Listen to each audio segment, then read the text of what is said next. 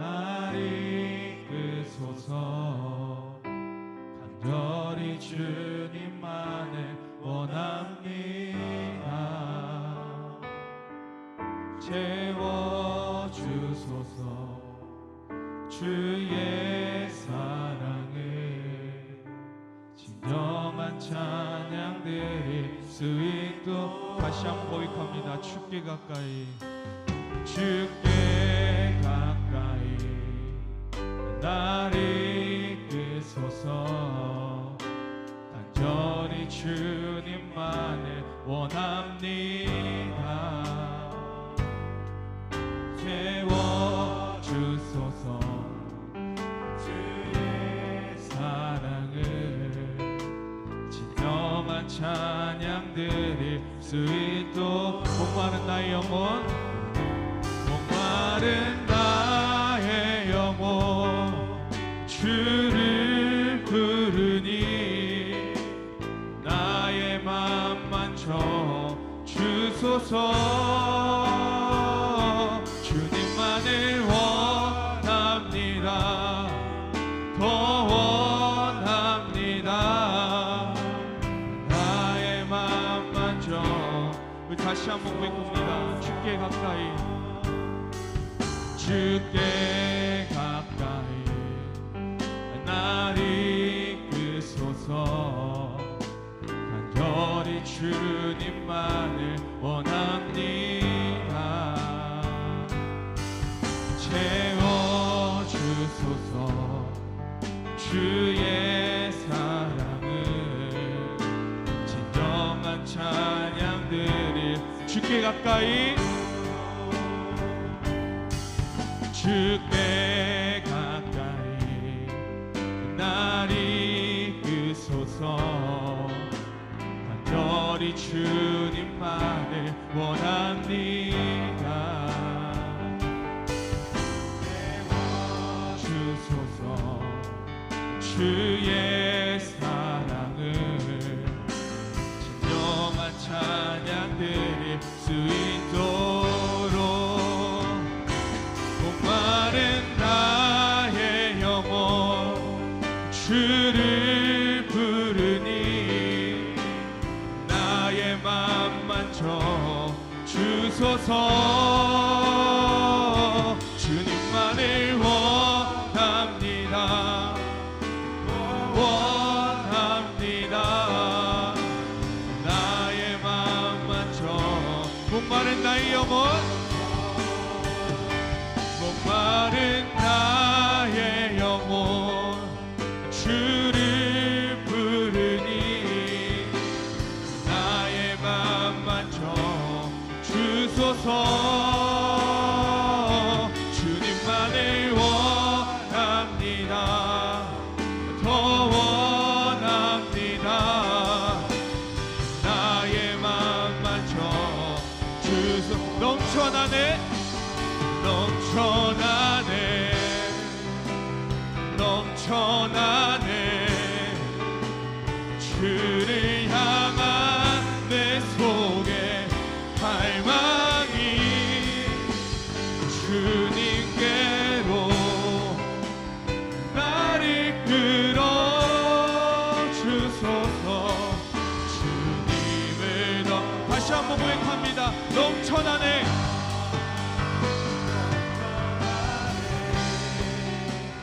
넘쳐나네. 주를 향한 내 속에 갈망이 주님께로 날 이끌어 주소서. 주님을 더 원합니다.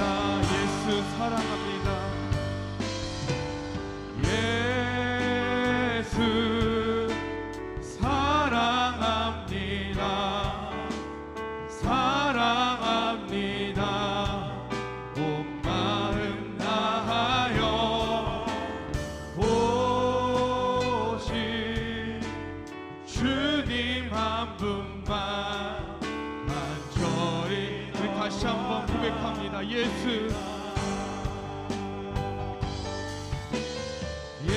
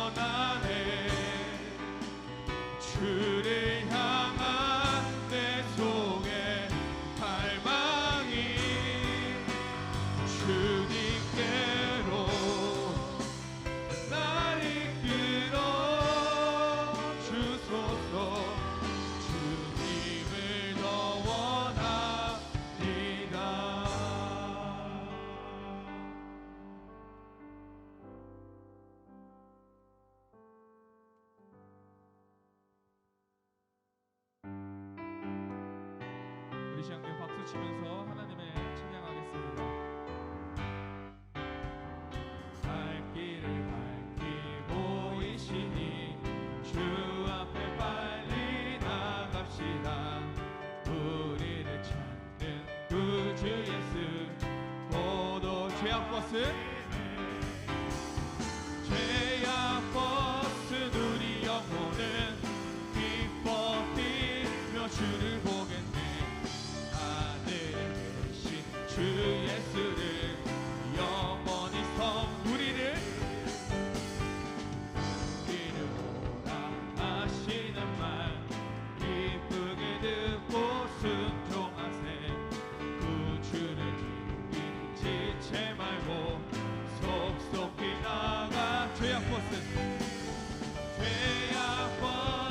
우리 영혼은 기뻐 뛰며 주를 보겠네. 하늘에 계신 주 예수를 영원히 주 오늘 여기 계시오니 다 와서 주의 말씀 듣세. 듣기도 하며 생각하니 참 진리시로다. 죄악 벗은 우리 영혼은 기뻐 뛰며 주를 보겠네. 하늘에 계신 주 예수를 우리 2절 다시 찬양합니다. 우리를 오라 하시는 말 기쁘게 듣고 순종하세.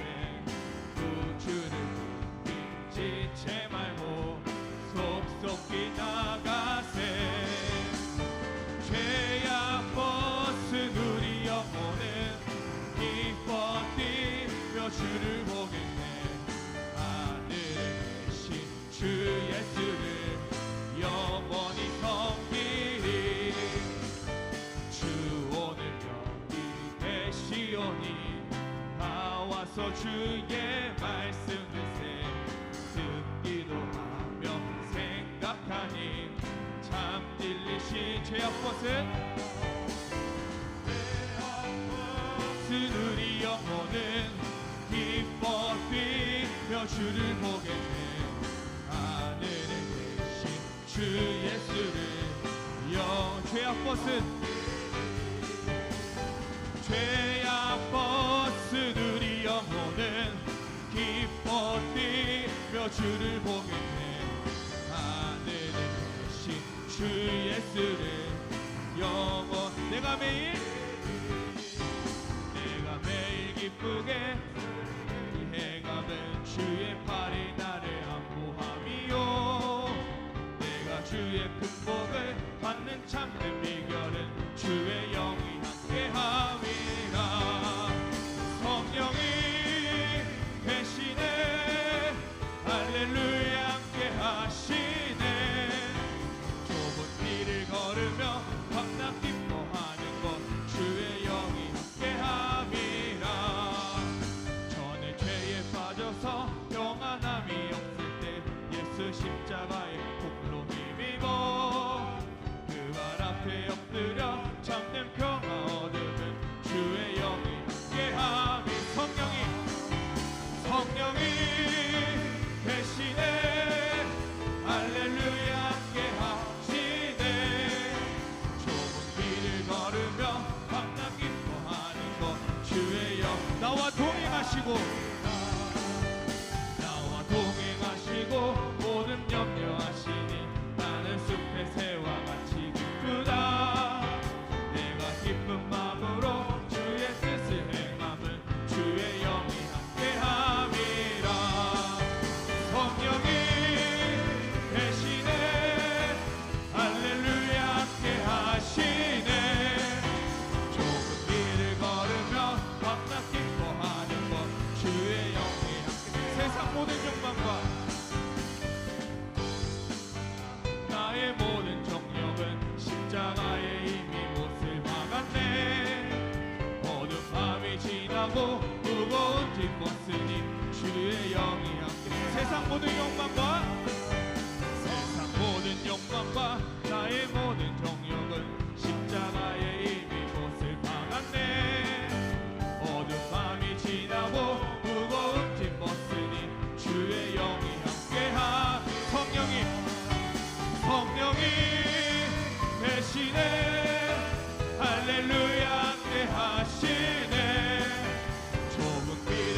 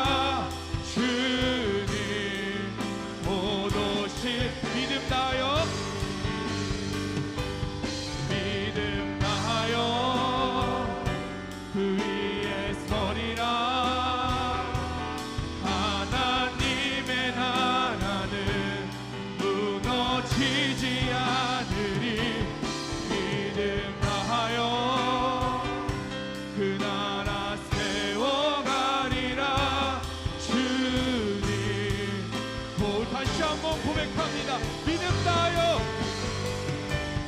믿음 다하여 그 위에 서리라. 하나님의 나라는 무너지지 않으리.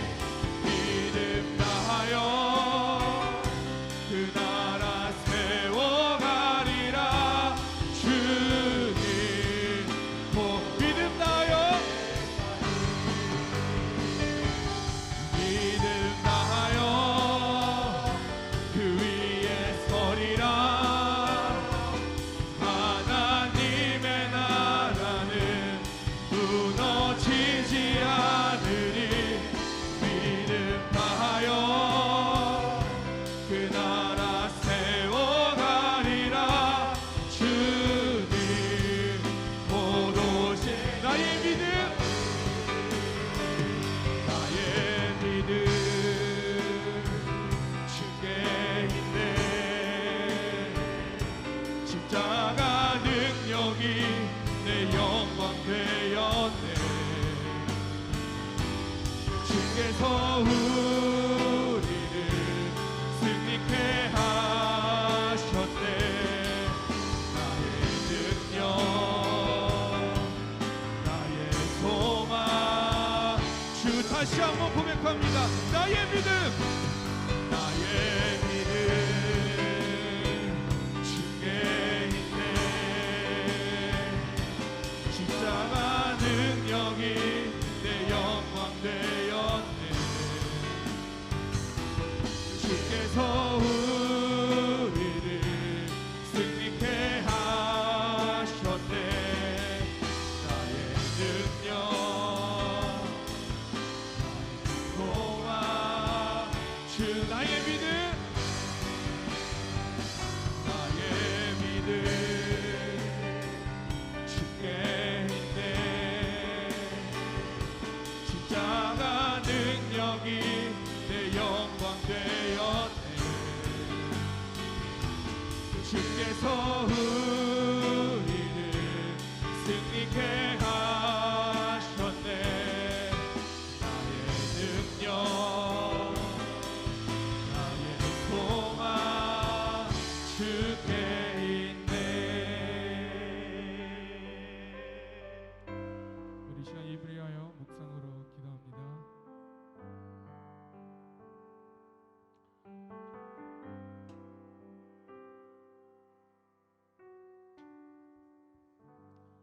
거룩하신 아버지 하나님, 오늘도 하나님을 찬양하게 하시니 감사합니다.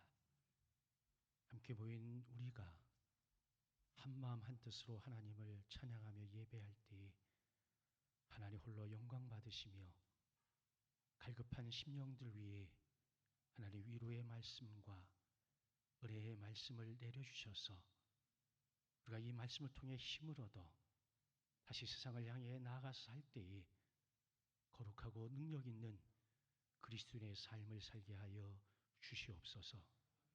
예수님의 이름으로 기도하옵나이다. 아멘.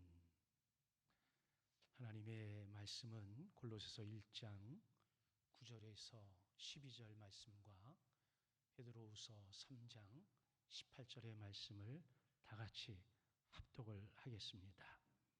이로써 우리도 듣던 날부터 너희를 위하여 기도하기를 그치지 아니하고 구하노니 너로 하여금 모든 신령한 지혜와 총명에 하나님의 뜻을 아는 것으로 채우게 하시고 주께 합당하게 행하여 범사에 기쁘시게 하고 모든 선한 일에 열매를 맺게 하시며 하나님을 아는 것에 자라게 하시고 그의 영광의 힘을 따라 모든 능력으로 능하게 하시며 기쁨으로 모든 견딤과 오래 참음에 이르게 하시고 우리로 하여금 빛 가운데서 성도의 기업의 부분을 얻기에 합당하게 하신 아버지께 감사하게 하시기를 원하노라.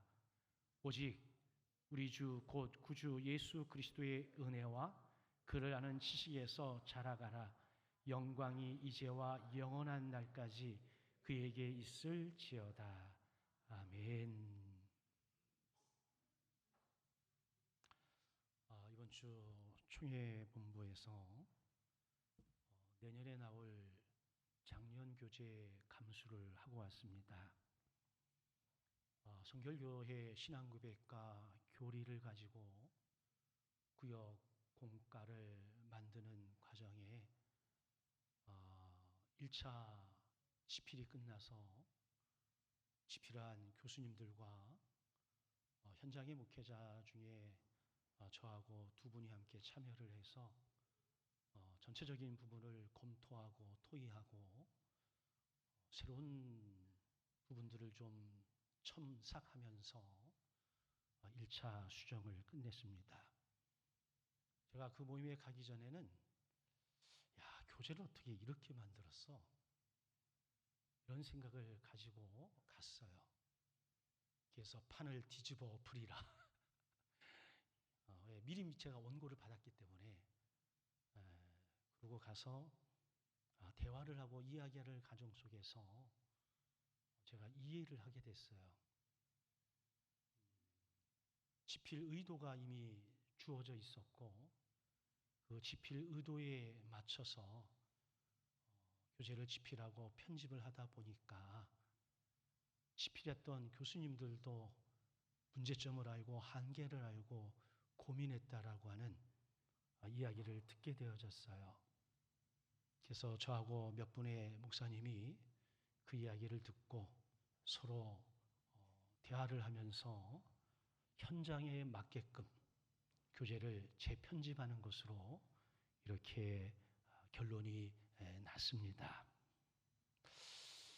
제가 그 모임을 주관하는 위원장 입장에서 선입견을 가지고 갔었는데 이야기를 하는 과정 속에서 서로가 이해가 되고 그리고 좋은 교재가 나올 수 있도록 마무리를 지을 수 있었던 것은 자기 고집을 다 내려놓았기 때문입니다.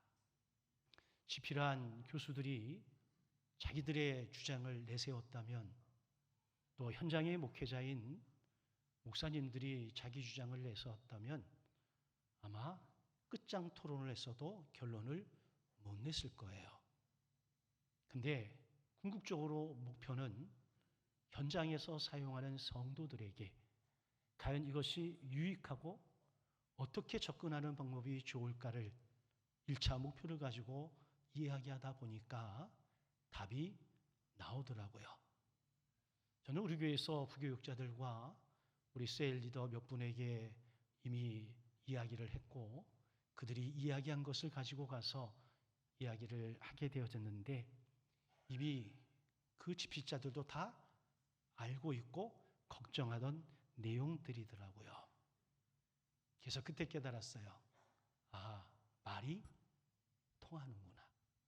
이런 말이 통하면 못할 게 별로 없습니다.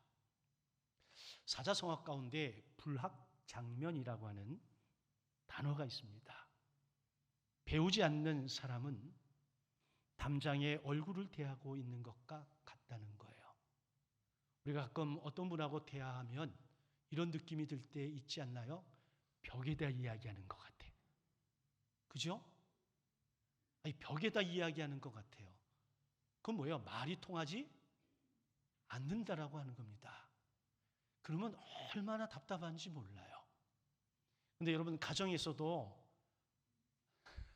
아내와 남편이 말이 안 통하면 어떨까요? 어려워요. 자녀와 부모 사이에도 말이 안 통하면 이게 답답해요. 그래서 성질 급한 놈이 먼저 화를 내는 거잖아요. 목소리 크면 이긴다는 거잖아요. 그러다 보니까 관계가 처음부터 끝까지 늘 그 상태로 가는 경우가 많아요.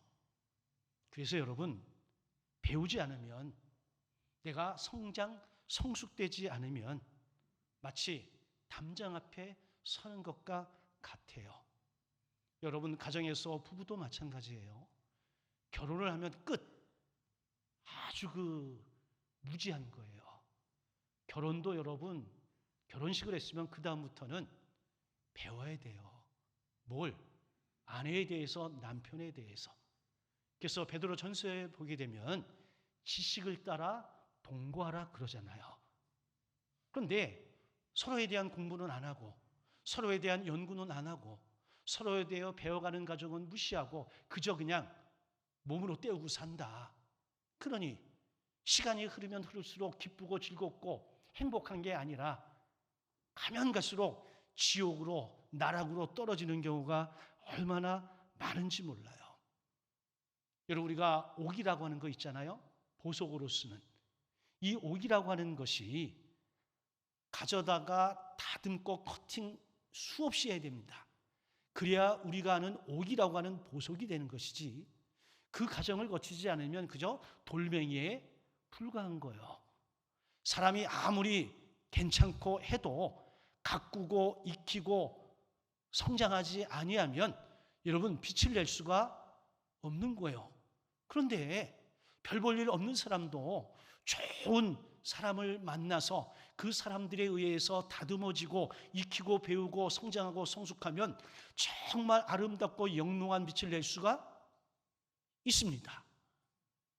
그래서 여러분, 중요한 것은 우리의 삶도, 우리의 가정생활도 그런 것처럼 우리의 신앙생활도 동일합니다. 예수 믿고 거듭났습니다. 끝. 그러면 그냥 태어난 것으로 끝난 거예요. 그저 어린아이 수준에서 머물러 있는 겁니다. 그러니 날마다 똥오줌 가리지 못하는 거예요. 어렵잖아요. 자, 똥오줌 가리지 못하면 본인도 찝찝하고 힘들지만 주변에 있는 사람들은 더 고통스럽고 힘든 것 아니겠습니까? 그러니 예수 믿고 구원받으면 여러분 끝, 이게 아니라 이제부터 뭐라고요? 시작이라. 하나님의 나라의 백성으로서 하나님 나라 시민답게 생활하기 위해서 우리는 날마다 배우고 자라고 성장, 성숙해야 된다라고 하는 겁니다. 그러지 않고 그 자리에 머물러 있으면 고집불통의 성도로 남아 있어요. 아집과 편견으로 똘똘 뭉쳐서 어느 누구도 기대를 할 수 없는 존재가 되고 만다라고 하는 거죠. 그래서 성경은 우리에게 그리스도를 아는 지식에서 자라가라고 이야기를 하는 거예요. 하워드 핸드릭스라고 하는 유명한 교육학자가 있어요. 이분은 이런 이야기를 합니다. 오늘 배우기를 중단하고 그친다면 내일 가르치는 것을 할 수 없다는 거예요. 이 얘기는 뭐냐면 날마다 배우고 날마다 익히고 자라가야 된다는 거예요. 언제까지? 우리가 주님 앞에 서는 그날까지 우리는 내가 연약한 존재임을 인정하고 나의 부족함을 깨닫고 늘 주님 앞에서 배우고자 하는 겸손한 마음으로 주님을 닮아가야 될 줄로 믿습니다. 그래서 오늘 본문인 골로새서에서도 바울은 이 거듭난 성도들이 자라기를 소망하면서 이야기를 하는 거예요. 베드로 사도도 베드로후서 3장 18절에서 오직 우리 주 곧 구주 예수 그리스도의 은혜와 저를 아는 지식에서 자라가라, 이렇게 요구를 하고 있는 겁니다. 베드로 사도도 소아시아에 있는 교회들에게 편지를 하면서 궁극적으로는 자라가야 된다는 거예요. 성장해야 된다고 하는 겁니다. 왜? 예수 믿는 사람들의 성장은 여러분 선택이 아니라 필수이기 때문에 그렇습니다. 아멘입니까? 자, 같이 믿음의 삶을 살아가. 그런데 아내와 남편의 믿음의 수준이라고 할까요? 이 믿음의 수준이 이게 차이가 너무 나면 쉬울까요? 어려울까요? 쉬울까요? 어려울까요? 어렵습니다. 여러분, 배움이라고 하는 지식도 똑같아요. 알면 보인다, 맞습니까? 장로님은 알면 보입니까? 제가 공부를 하는 걸 해보니까 그걸 알기 전에는 몰라. 근데 그걸 알고 나니까 그때부터 보이기 시작을 하더라고요. 아니, 산 정상에 올라가지 않은 사람은 백날 얘기해봐야 아무것도 아니요. 올라가 보니까 그때서야 보이더라 이거죠. 근데 정상에 올라간 사람은 말이 없어. 어느 누구가 저 캐나다인가 미국에 뭐 록시 산맥을 갔다 왔어요. 그게 물어봤어. 좋더나?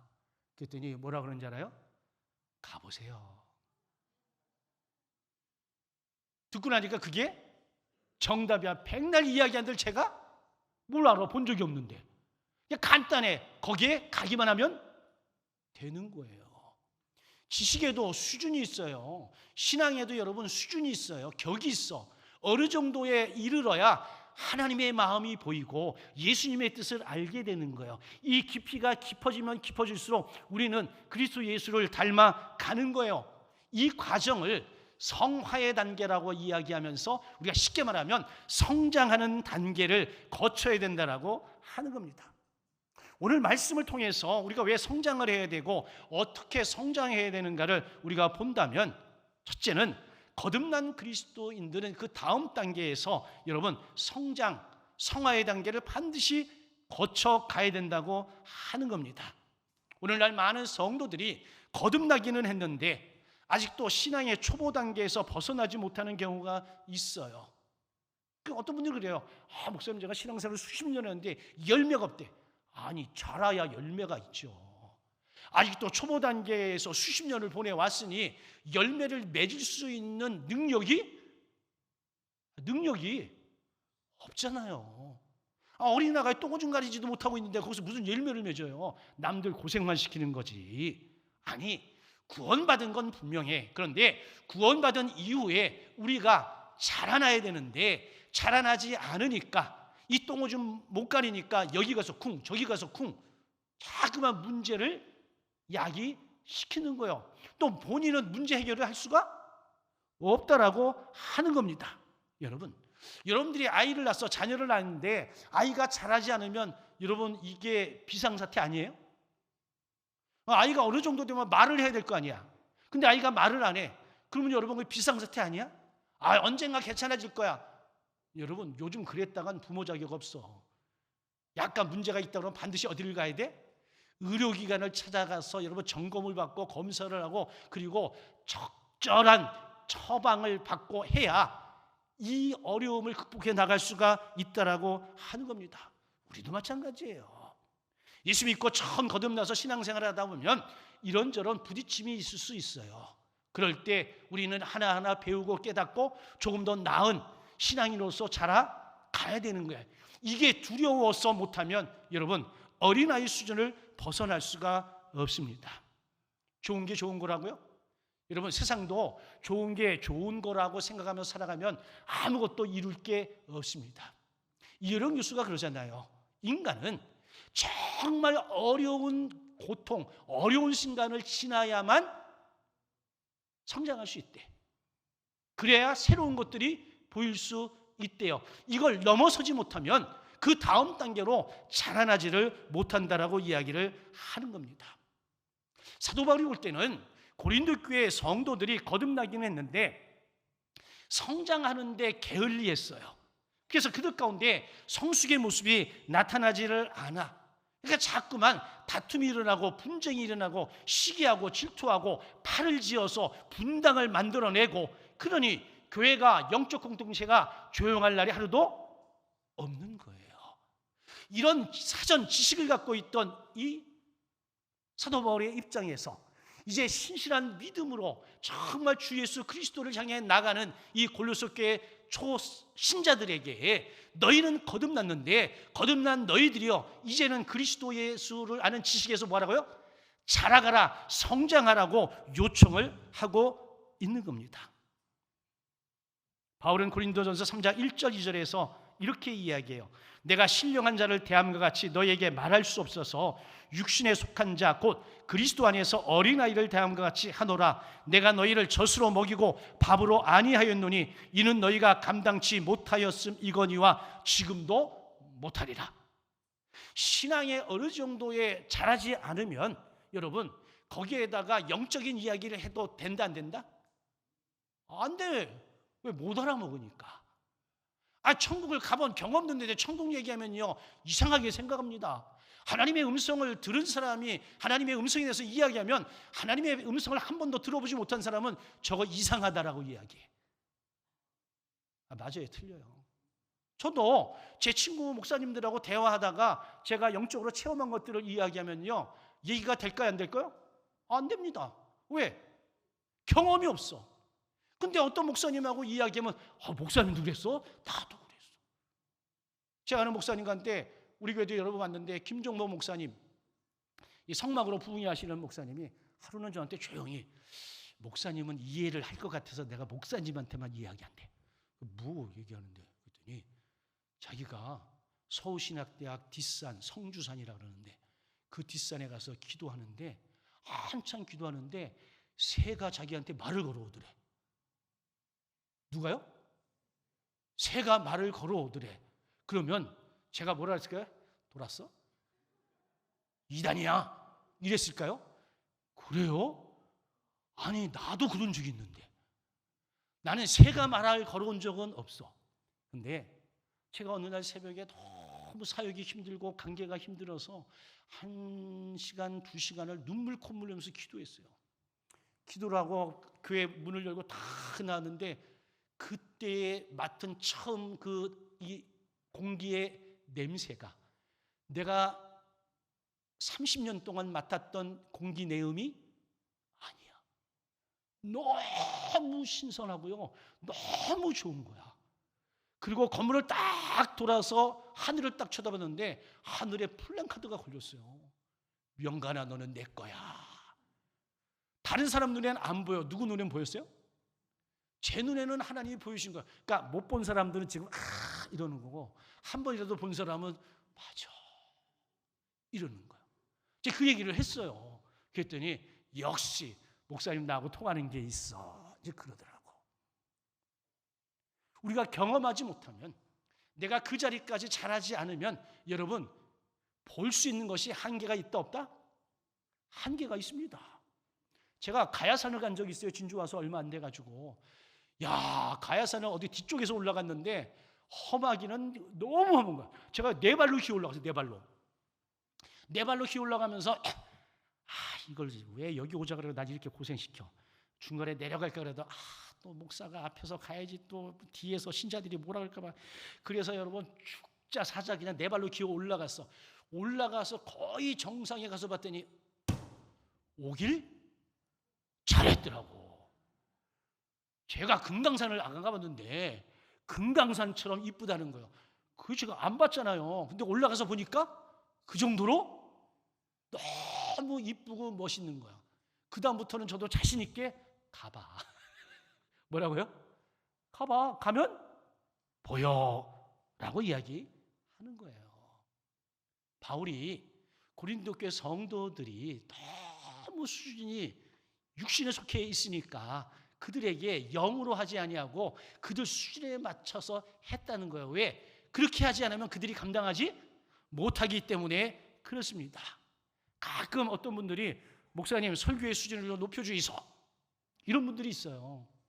여러분, 설교의 수준을 확 높여버리면 미안합니다, 알아들으실 분이 얼마나 될까요? 그래서 저에게 물어봤어요, 어떤 분이. 그래서 나는 우리 성도들의 수준에 한 60% 정도에 맞춘다. 그래서 설교가 쉽다.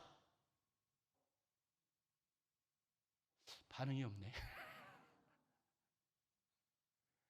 여러분, 뛰어난 사람이 조금 낮추는 게 낫지, 부족한 사람이 그 수준으로 올라가려고 하면 가랭이가 상처가 나. 되지도 않는 거예요. 그래서 어느 교회든지 목회자들이 설교할 때는 자기 수준을 가지고 설교하는 게 아니라 그 설교를 듣는 청중들의 어느 정도의 수준을 보고 거기에 맞춰서 말씀을 전하는 게 옳은 줄로 믿습니다. 예전에 어느 교회에서, 어느 교회라고 할 것도 없어, 서울에 증자 들어가는 교회요. 단임 목사 청빙하는데 단임 목사 청빙 조건에 영어 설교가 가능한 자. 그래서 제가 그랬어. 거기가요, 서울에서도요, 외곽이요. 그 옛날 그 산동네요, 거기가. 그런데 거기 영어 설교 가능하신 담임 목사님한테 영어로 설교할 거요? 알아듣는 사람이 전혀 없어요. 왜 그렇게 했느냐? 당신 아들이 미국에서 유학하고 있는데 아들을 갖다 꽂으려고 그걸 갖다 조건으로 걸은 거예요. 그러니 여러분, 다 알아요, 몰라요? 다 알아. 그래서 부결이 돼버렸어. 제가 그랬어. 야, 저분이 기도하는 분인데 어떻게 저런 방법을 썼을까? 삼척동자도 다 아는데? 그러지 않아요. 거기에 맞게끔 하는 거야. 그러면서 조금씩 신앙의 단계가 자라. 아니, 애가 태어나자마자 여러분 새우기 먹이는 부모가 어디 있어? 예? 아니, 어디 지금 태어난 애 누가 있어? 하여튼 그 꼬맹이한테 요즘 소고기 가운데 투뿔 넘버 9이라는 게 있어. 그게 제일 좋은 거래. 그거 좋다고 먹이는 부모가 어디 있어요? 처음에는 다 뭐 먹여요? 아, 엄마 전 먹이잖아. 나중에 그리고 우유 먹이고 이유식하고 이제 그러면서 점점 나가는 거잖아요. 성도의 자라남도 여러분 똑같아.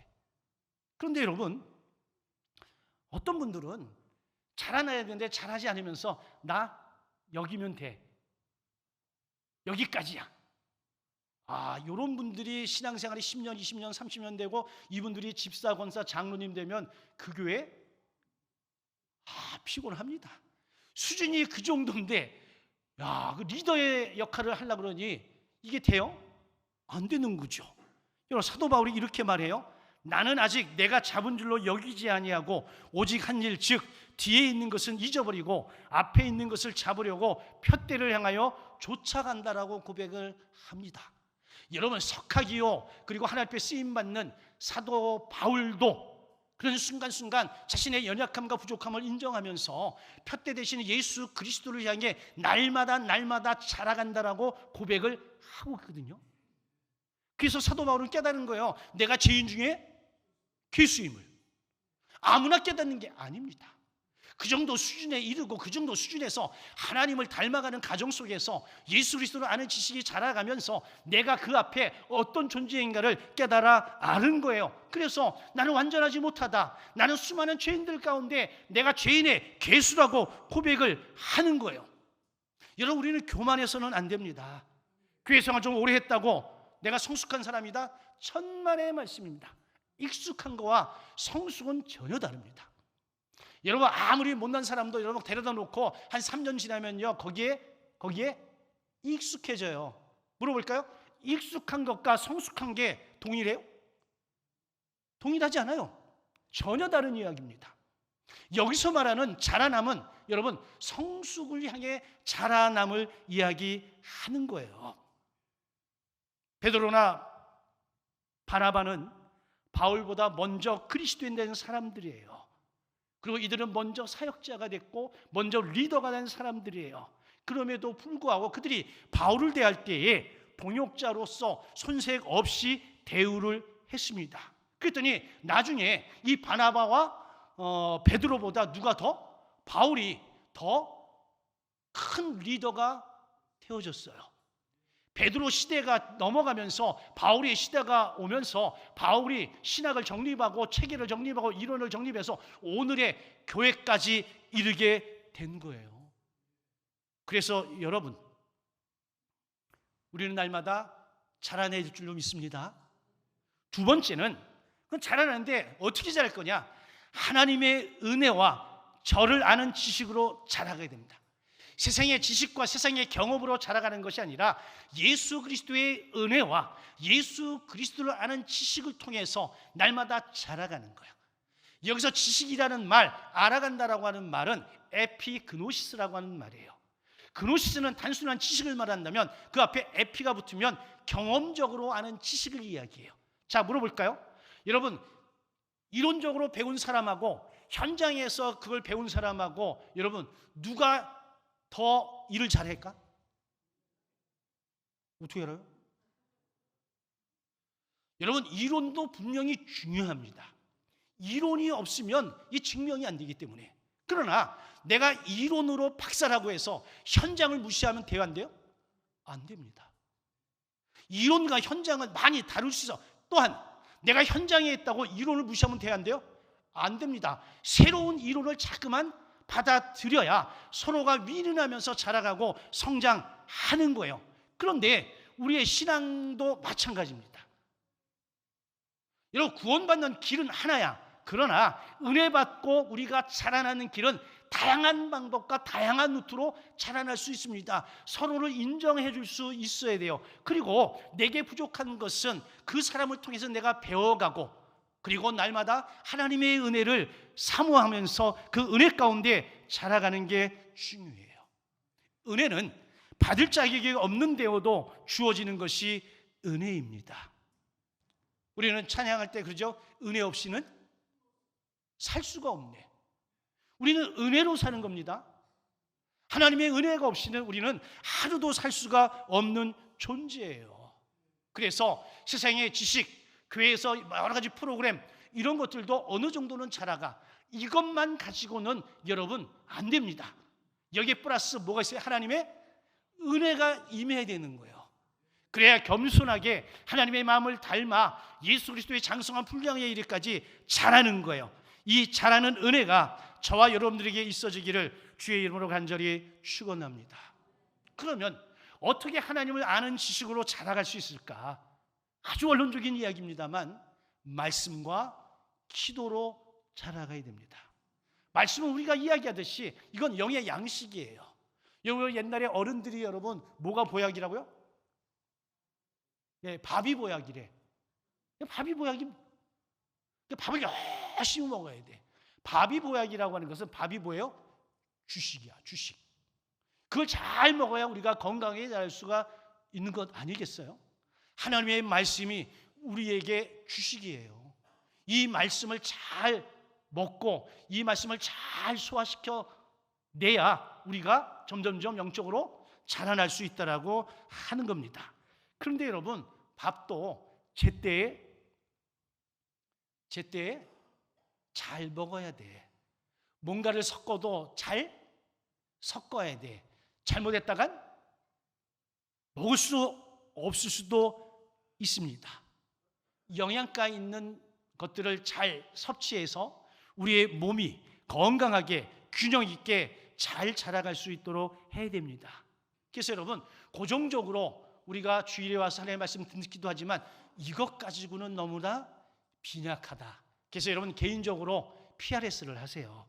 공동체 성경 읽기를 하고 여러분 나름대로 계획을 잡아서 성경을 읽고 교회에서 퐁당을 통해서 여러분들에게 지식을 제공해 주는데, 이걸 통해서 여러분들이 신앙적인 지식도 쌓아가면 굉장한 은혜가 있어. 저는 깨닫는 은혜가 굉장히 소중하다고 봐요. 이런저런 것들을 통해서 하나님께서 나로 하여금 깨닫는 은혜를 부으실 때가 있어요. 이 깨달음을 통해서 내가 뭘 하냐? 성찰이라는 걸 하게 되어지더라고요. 내가 내 삶을 돌아보고 내 자신을 돌아보고 내 연약함을 돌아보고, 그래서 내가 이 단계에서 다음 단계로 가기 위해서 내가 어떻게 될까? 이게 답이 나올 거야, 안 나올 거야? 답이 나와요. 그러다 보니까 어느 정도에서 그 다음 단계로 넘어갈 때에 이 깨닫는 은혜가 너무나 필요합니다. 요즘 제가 공부하는 게 하나 있는데 얼마 전에 배운 게 있어요. 여러분, 우리가 상처가 있을까요, 없을까요? 상처가 많아요. 상처 없는 사람이 없어요. 그거 건들기만 하면 눈물 콧물 쏟아지는 분들이요 거의 대부분이야. 이번에도 하늘의교회 가서 집회를 하는데 많은 분들이 우시더라고요. 뭐 얘기할 때 울었냐? 상처와 용서 부분에 대해 얘기할 때 많이 우시더라고요. 왜? 상처가 너무 크니까. 근데 제가 이번에 하나 뭐 배웠어요. 전문가한테. 그 상처의 장면을 떠올리래. 그래서 떠올렸어요. 떠올리고 그거를 액자에다 집어넣었어요. 그리고 그 딱 이렇게 눈을 감고 딱 액자에 그 인간을 집어넣었어. 그랬더니 아주 선명하게 보이는 거야. 아유, 왼수 진짜. 근데 그 칼라로 보이는 거 흑백 처리를 하래. 걔 눈 감고 흑백 처리를 했어요. 그리고 점점 작게 만들래. 작게 만들었어. 그래서 어디까지 만들었냐? 우표 크기만큼 만들었어. 근데 우표 크게 딱 만드는데 제가 순간 무슨 생각이 나냐면 이거 그냥 없애버려야 되겠네. 그래서 그걸 호 부르래. 그래서 호 불었어. 그러고 나서 그날 밤에 그 상처받았던 장면을 떠올리려고 무지무지 애를 썼는데 안 떠올라. 우리의 뇌는 실제와 상상을 구분을 못하는 게 아니에요. 안 해. 안 합니다. 그래서 내가 상상으로 그렇게 했는데 내 뇌는 그걸 뭐예요? 지워 버리더라니까. 와, 성경에 보니까 하나님께 우리의 죄를 뭐 하신다요? 도말하신대잖아. 그게 딱 떠오르는 거예요. 그래서 제가 그 다음 날도 또 한번 해봤어. 그때 그 장면을 막 떠올려봤어. 아니, 용을 써도 안 떠올리는 거 힘들어 떠올리라고 하는 게. 여러분, 제가 그걸 모를 때는 날마다 그 장면이 떠오를 때마다 막 속이 상하고 열불이 나고 막 그랬거든. 근데 그렇게 한번 딱 하고 나니까 그 다음부터 일부러 생각을 하려고 해도 생각이 안 나. 야, 여러분, 이 세상의 모든 것들은 누가 만드신 거예요? 하나님이 만드신 거예요. 이 심리학자들이 사용하는 건데 제가 이걸 채용해서 해보니까 여러분, 그것도 누가 하신 거예요? 하나님이 다 하시는 일이라고 여기 있어. 왜냐면 저는 그거 전에 성령의 도우심을 구하며 기도했거든. 여러분들 해보세요. 하나님 앞에 기도하고 성령의 도우심을 구하고 이런 요법을. 또 하나 배운 게 있어. 그거 뭐냐면 헬리콥터 뷰라는 걸 배웠어요. 여러분, 우리가 어떤 일이 남의 일에 대해서는 훈수도 두죠. 남의 일을 이렇게 들으면 길이 보여 안 보여? 길이 보여. 그래서 훈수 두잖아. 근데 내 일은, 내가 된 일은 보여 안 보여? 안 보입니다. 그때 헬리콥터를 타고 위로 올라가 버리는 거야. 쫙. 그리고 아래로 딱 내려봐. 그럼 여러분, 길이 보일까 안 보일까요? 제가 해보니까 길이 보이더라고. 방법이 있더라고. 방법이 없는 게 아니야. 자, 이런 새로운 지식들을 통해서 내가 뭐 하는 거예요? 배워가는 거예요. 그러면서 내 안에 있는 상처와 내 안에 있는 여러 가지 문제들을 직면하고 뛰어넘어서 새로운 단계로 넘어가더라 이겁니다. 그래서 여러분, 우리는 주님 앞에 설 때까지 뭐 해야 돼요? 배워야 되는 거예요. 아멘입니까? 또한 기도는 뭐예요? 영적인 호흡이라 그러잖아요. 문장로님, 우리 문장로님 병원에 입원했다가 어제 나오셨는데 병원에 계실 동안에 산소 마스크를 좀 하고 계셨어. 산소 마스크 하고 숨을 못 쉬니까 되게 힘들죠? 네, 되게 힘들어요. 우리는 늘상 숨을 잘 쉬니까 숨을 못 쉬는 거에 대한 불편함을 모르죠. 근데 내가 숨을 쉬고 싶은데 숨 쉬는 게 어려워서 산소 마스크를 쓰게 되어지면 그때 우리는 알아요. 야, 이 숨 쉰다는 게 얼마나 고맙고 감사한 일인지. 기도는 뭐라고? 영적인 호흡이래요. 영적으로 호흡이 딱 끊기면 여러분 뭐 하는 거예요? 죽는 거예요. 우리가 하나님 앞에 기도하는 것은 여러분, 내가 살기 위해서 하는 거야. 내 안에 생명력이 유지되어지고 내 안에 생명력이 풍성해지기 위해서 기도라는 거 하는 거예요. 그런데 제가 이야기하잖아. 거듭난 성도의 기도는 뭐 주시옵소서의 기도이지만 어느 정도 성장하고 어느 정도 성숙하면 여러분, 내가 하나님 말씀에 순종하기 위해서 기도하기 시작하는 거예요. 내가 순종하는 거 알아. 해야 되는 거 알아. 하나님의 뜻도 알아. 그런데 내 마음이 움직이지 않으니까, 내 뜻이 움직이지 않으니까 내가 하나님 앞에 굴복시키고 순복시키기 위해서 내가 열심히 뭐하고 있는 거예요? 기도하는 거예요. 그래서 하나님의 마음을 알아가고 하나님의 뜻을 따라가는 거예요. 그래서 성경은 우리에게 쉬지 말고 뭐하라고요? 기도하라고 하는 겁니다. 세 번째는 자라가고자 하는 열망을 품어야 됩니다. 사도행전 17장 11절에 보게 되면 베레아 사람은 데살로니가에 있는 사람보다 더 선사적이어서 간절한 마음으로 말씀을 받고 이것이 그런가 하여 날마다 성경을 상고하다, 이렇게 얘기합니다. 얼마 전에 어떤 노래 하는 경연대회에서 심사위원이 하는 말 가운데 뭐 하나 탁 제 마음에 와 닿은 게 있어요. 어떤 자매가 노래를 하는데 노래 잘하더라고요. 근데 심사위원이 뭐라는 줄 알아요? 당신은 노래를 참 잘한다. 근데 당신이 호흡할 때 이 호흡의 소리마저도 감동이 있대. 아니, 숨 안 쉬고 노래 부를 일 없잖아요. 노래 부르다가 숨 쉬어야 되잖아. 근데 그 숨 쉬는 그 소리마저도 뭐가 있다고요? 심사위원에게 감동을 줬대. 뭐가 그 참가자의 숨소리마저도 감동을 주었을까요? 기교일까요? 기교? 스킬? 아니잖아요. 간절함이죠. 이 간절함이 배어져 있으니까 노래하는 노래 가사말과 이런 분위기도 있지만 잠깐 숨 쉬고 들어가는 그 숨소리마저도 심사위원에게는 뭐로 다가와요? 감동으로 다가온대요. 제가 그 말을 다 캐치하고 잠시 제가 묵상을 했습니다. 이게 중요한 거예요. 이 갈망함이 여느 사람한테는 보이지 않는데 누구한테는 보였다고요? 그 심사위원에게는 보인 거야.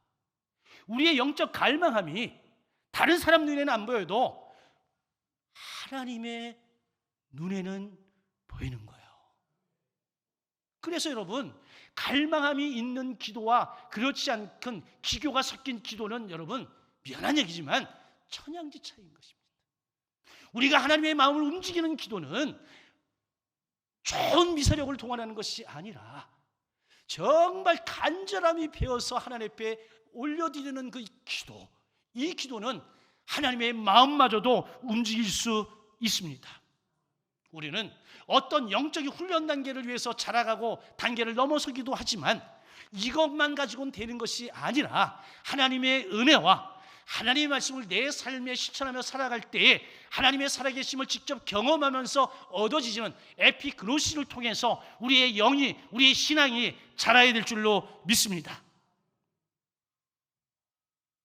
시편 42편 1절에 하나님이여 사슴이 시냇말을 찾기에 갈급한 같이 내 영혼이 주를 찾기에 갈급하니이다라고 이야기를 하고 있습니다. 저와 여러분들에게 날마다 하나님의 말씀, 하나님과 영적인 교제에 대한 갈급함이 있어지기를 주의 이름으로 간절히 축원합니다. 마틴 루터 킹 목사님의 유명한 연설이 있습니다.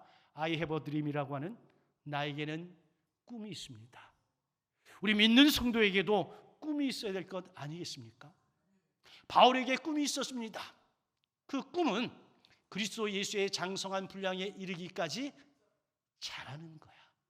우리에게도 꿈이 있기를 원합니다. 예수님을 닮아가는. 여러분들이 10년 후, 20년 후에 예수님을 닮아 있는 모습을 한번 상상해 보시고 그것을 마음에 담으십시오. 그리고 그 닮아감을 위해서 오늘부터 열심히 노력하고 애를 쓰다 보면 어느 순간 내가 예수님을 조금씩 닮아가고 있을 거예요. 성장을 멈추지 마시고 날마다 말씀과 기도로 성숙을 향해 자라가는 저와 여러분 되어지시기를 주님의 이름으로 간절히 축원합니다. 아멘. 우리 함께 찬양하고 기도하겠습니다.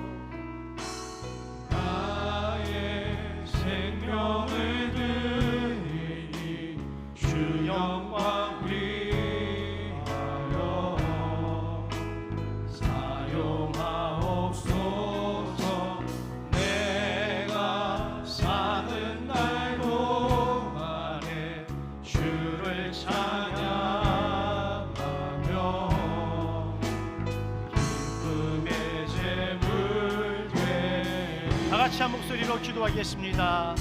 거룩하신 아버지 하나님, 우리를 죄에서 구원해 주시고 하나님의 자녀 삼아 주신 것 감사합니다.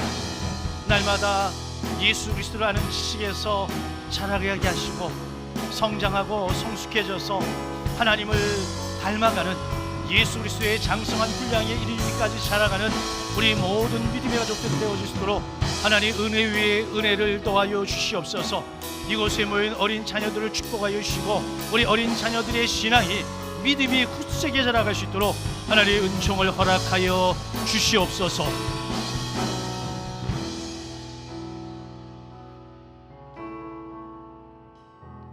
예수님의 이름으로 기도하옵나이다. 아멘. 우리 옆에 계신 분들 인사하겠습니다. 사랑하고 축복합니다. 예, 교회 소식 전하도록 하겠습니다. 여러분 그 주보 간지로 하브루타 질문 카드가 있습니다. 오늘 설교 가운데 질문을 만들어서 카드로 만들어 드렸으니까 여러분들 개인이나 가정에서 한번 이거 보시고 한번 묵상하는 좋은 시간을 가지시면 될 것 같습니다. 후반기 교육 프로그램이 계속 진행이 되어지고 있고요. 양파 플리마켓이 11월 15일 토요일 오전 11시부터 2시까지 교회 1층 주차장과 키즈그라운드에서 진행이 되어집니다. 여기에서 사용할 플리마켓 물품을 기증을 받습니다. 그런데 안 입는 거, 안 쓰는 거, 버릴 거 이런 거 아니고 여러분들이 내놓아도 전혀 손색이 없는 물품을 내놓으셔야 됩니다. 왜냐하면 여기 오시는 분들은 교회 안에 계신 분들보다 우리 교회 밖에 있는 외집 분들이 더 많이 오세요. 저희가 계속 홍보를 하고 있기 때문에 그래서 여러분들이 가지고는 있는데 잘 사용하지 않는 거, 남주기는 아까운 거 있죠. 자, 이번에 한번 그걸 한번 내놓으세요. 아멘이 없네. 저도 있어. 남주긴 이거 아까운데. 저도 그거 내놓으려고 그러거든요. 그래야 이게 되지. 안 입는 거, 못 쓰는 거, 여러분 미안한데 그런 거 가져오지 마. 가져오도 내가 다 버릴 거야. 제가 딱 봐서 요 정도면 그래도 요 정도는 돼야 된다. 요렇게 해야 돼. 왜? 교회를 홍보하고 교회를 알리는 건데 교회 밖에 사람들이 그 교회에서는 양파 플리마켓 갔더니 양파 양심대로 파네. 이래야 좋은 전도 효과가 있을 줄로 믿습니다. 아멘 좀 크게 하면 안 돼요? 광고하는 사람이 좀 시무룩해. 아멘입니까? 자, 우리 서부 진주하고 서부 경남 120주년 선교 기념 교회 연합 부흥성회가 오늘 오후 3시부터 6시까지 종합경기장에서 있습니다. 오늘 여기서 오후 교육 프로그램은 2시 반에 마칠 거예요. 마치자마자 여러분 개별적으로 이동을 하셔서 참여를 해주시면 좋겠습니다. 우리가 이렇게 큰 일을 하는데 한 4-5천 명 앉아가지고는요 그 종합운동장에 티도 안 나. 최소한 2만 명 정도로 와서 앉아 있어야 그래도 힘썼네 이 정도 되니까 여러분들 중에 거동이 힘드신 분들은 오시면 안 돼요. 왜냐하면 사람이 많이 모이고 걸어야 될 거리가 길기 때문에 그분들은 교회에서 집에서 유튜브로 이렇게 하시고 그래도 네 발로 걸을 수 있는 분들 네 발이 아니고 자기 발로 걸으실 수 있는 분들이 참여를 해 주시고 나는 도무지 차량이 없어서 안 된다. 그런 분들은 목회실에 신청을 하시면 봉고차 2대만 가용을 하도록 하겠고 나머지 분들은 승용차로 이동하시고 그리고 주차장은 다 지정되어져 있기 때문에 여러분 뒤에 다 프린트 해놨으니까 그거 확인하시고 가시고 여러분 저희가 다른 때는 참여 못해도 이번에는 꼭 좀 참여를 부탁을 드립니다. 여러 가지 의도와 의미가 있기 때문에 제가 간곡하게 여러분들에게 부탁을 좀 드리겠습니다. 우리 장로님들은 장로 연합성가대가 있기 때문에 아마 일찍 가셔야 되는 걸로 알고 있는데 식사하시고 나서 빨리 이동을 해 주시면 좋을 것 같습니다. 2020년 6년 경남서지방 청소년 동계연합수련회가 내년 1월 달에 저희 교회에서 있는데 준비 모임을 화요일 날 통영교회에서 한다고 합니다. 이번 주 토요일부터 2025년 다니엘 기도회가 시작이 되어집니다. 저녁 8시부터 시작이 되어지는데 여러분들 이 기간 동안에는 수요 기도회와 새벽 기도회는 다니엘 기도회로 대체를 하니까 그렇게 기억하시고 많이 참여하셔서 다양한 간증과 말씀을 들으시면서 함께 기도하고 은혜 받으시기를 부탁을 드리겠습니다. 주중에 우리 김준혜 집사님 모친께서 소천을 하셔서 장례를 치렀습니다. 여러분들이 많이 기도해 주시고 조문해 주셔서 우리 집사님 네 분이 떡을 준비했는데 여러분 떡을 받으시고 우리 두 분 집사님을 위로해 주시면 대단히 고맙겠습니다. 이번 주 111 기도의 기도 제목은 다니엘 기도회를 통해 하나님과의 관계 회복의 은혜가 있게 해달라고 여러분 기도해 주시고 교회 청소는 주보를 참고해 주시면 되겠습니다. 파송의 노래 부르고 축도로 오늘 예배를 마칩니다.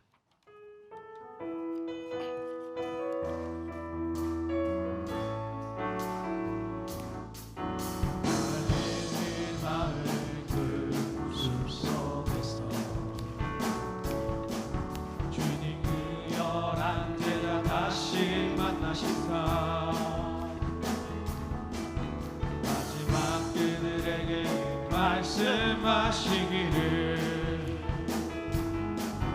너희들은 나가서 세상으로